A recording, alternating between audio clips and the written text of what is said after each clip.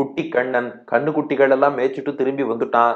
கடந்த 3வது பாசுரத்துல பெரியாழ்வார் யசோதை அவனை அழைத்து, "வர்ப்பா, திருமேனி எல்லாம் புழுதியா வந்திருக்கு, அப்புறம் நப்பின்னை கோச்சுப்பா, அதனால எனக்காக இல்லைனாலும் மற்றவாளுக்காக இல்லைனாலும் நப்பின்னை பிராட்டிக்காக நீராட வார்னா." அவ்வளவுதானே, குளிக்க வரேன்னு ஒத்துனுட்டானான்.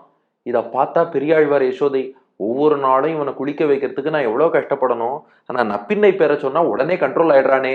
வியந்து பார்த்தாள். வியந்த போது அவளுக்கு திருவேங்கடமுடையான் நினைவுதான் வந்ததாம். திருப்பதியில ஸ்ரீனிவாசன் திருமலையப்பன் எழுந்தருளி இருக்கானே, திருமார்பிலேயே தாயாரோடு அகலகில்லேன் இறையும் என்று அலமேல் மங்கை உரைமார்பா, திருமார்பில எப்போதும் பிராட்டி எழுந்தருளி இருக்கா. சொல்றா இல்லையா, மனைவியை தாங்கணும்னு. திருமார்பிலேயே மனைவியை தாங்கி கொண்டிருக்கிறார்.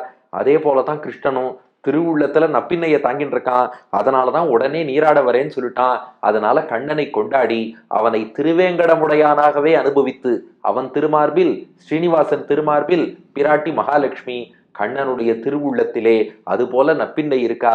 அதனாலதான் அவளுக்கு பிடிக்கும் நீராடவான்னு சொன்னதும் உடனே குடிக்க வந்துட்டானே.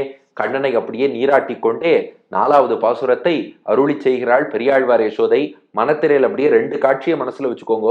ஒரு பக்கம் திருமலையில அருவிகள்லாம் பாஞ்சு அது திருவேங்கடமுடையானுக்கு திருமஞ்சனம் செய்வது போல அருவிகள் பாஞ்சுன்னு இருக்கு. இந்த பக்கம் ஆயர்பாடியில நம்ம பெரியாழ்வார் யசோதை குட்டி கண்ணன் அவனுக்கு ஒரு திருமஞ்சனம் அவள் செய்து கொண்டிருக்கிறாள்.